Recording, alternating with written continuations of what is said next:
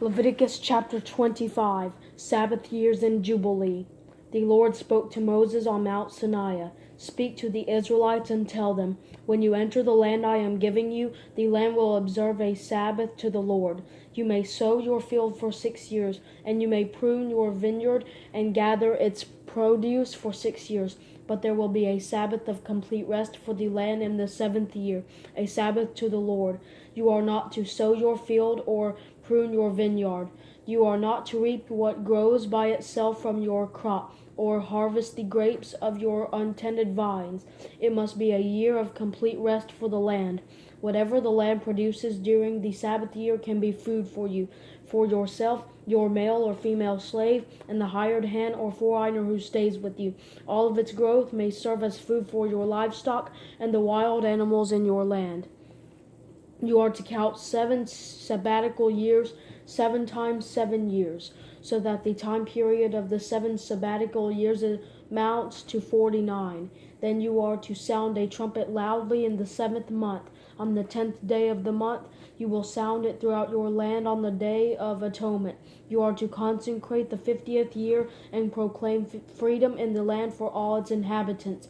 It will be your jubilee, when each of you is to return to his property and each of you to his clan. The 50th year will be your jubilee. You are not to sow, reap what grows by itself, or harvest in its untended vines. It is to be holy to you because it is the jubilee. You may only eat its produce directly from the field.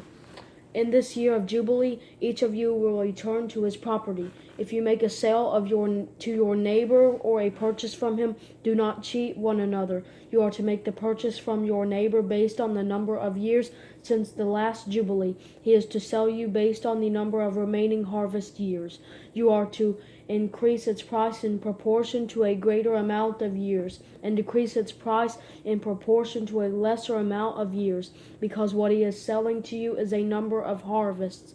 You are not to cheat one another, but fear your God, for I am the Lord your God. You are to keep my statutes and ordinances and carefully observe them, so that you may live securely in the land. Then the land will yield its fruit, so that you can eat, be satisfied, and live securely in the land. If you wonder, what will we eat in the 7th year if we don't sow or gather our produce? I will appoint my blessing for you in the 6th year, so that it will produce a crop sufficient for 3 years. When you sow in the 8th year, you will be eating from the previous harvest. You will be eating this until the 9th year when its harvest comes in. The land is not to be permanently sold because it is mine, and you are only foreigners and temporary residents being on my land. You are not to allow the redemption of any land you occupy. If your brother becomes a destitute and sells part of his property, his nearest relative may come and redeem what his brother has sold. If a man has no family redeemer, but he prospers and obtains enough to redeem his land, he may calculate the year since its sale, repay the balance to the man he sold it to, and return to his property. But if he cannot obtain enough to repay him, what he sold will remain in the possession of his purchaser until the year of Jubilee.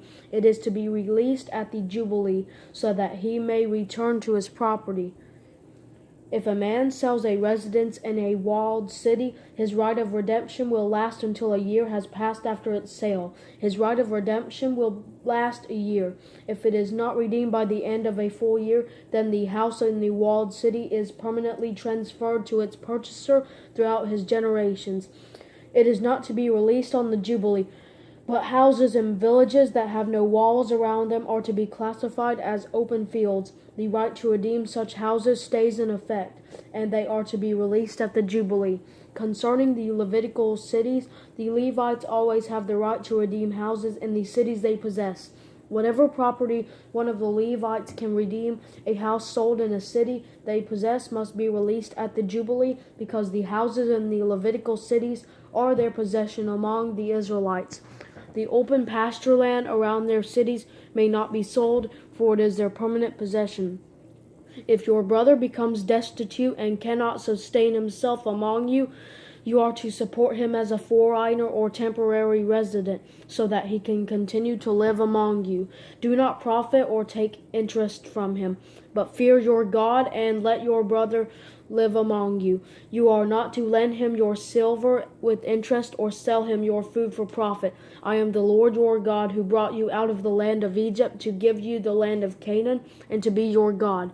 If your brother among you becomes destitute and sells himself to you, you must not force him to do slave labor.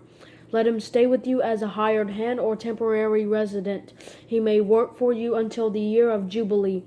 Then he and his children are to be released from you, and he may return to his clan and his ancestral property. They are not to be sold as slaves, because they are my slaves that I brought out of the land of Egypt. You are not to rule over them harshly, but fearing your God. Your male and female slaves are to be from the nations around you. You may purchase male and female slaves. You may also purchase them from the foreigners staying with you, or from their families living among you, those born in your land. These may become your property. You may leave them to your sons after you to inherit as property. You can make them slaves for life. But concerning your brothers, the Israelites, you must not rule over one another harshly. If a foreigner or temporary resident living among you prospers, but your brother living near him becomes destitute and sells himself to the foreigner living among you, or to a member of the foreigner's clan, he has the right of redemption after he has been sold. One of his brothers may redeem him. His uncle or cousin may redeem him, or any of his close relatives from his clan may redeem him. If he prospers, he may redeem himself. The one who purchased him is to calculate the time from the year he sold himself to him until the year of Jubilee. The price of his sale will be determined by the number of years. It will be set for him like the daily wages of a hired hand. If many years are still left, he must pay his redemption price in proportion to them based on his purchase price. If only a few years remain until the year of Jubilee, he will calculate and pay the price of his redemption in proportion to his remaining years. He will stay with him like a man hired year by year. A foreign owner is not to rule over him harshly in your sight. If he is not redeemed in any of these ways, he and his children are to be released at the year of Jubilee. For the Israelites are my slaves. They are my slaves that I brought out of the land of Egypt. I am the Lord your God.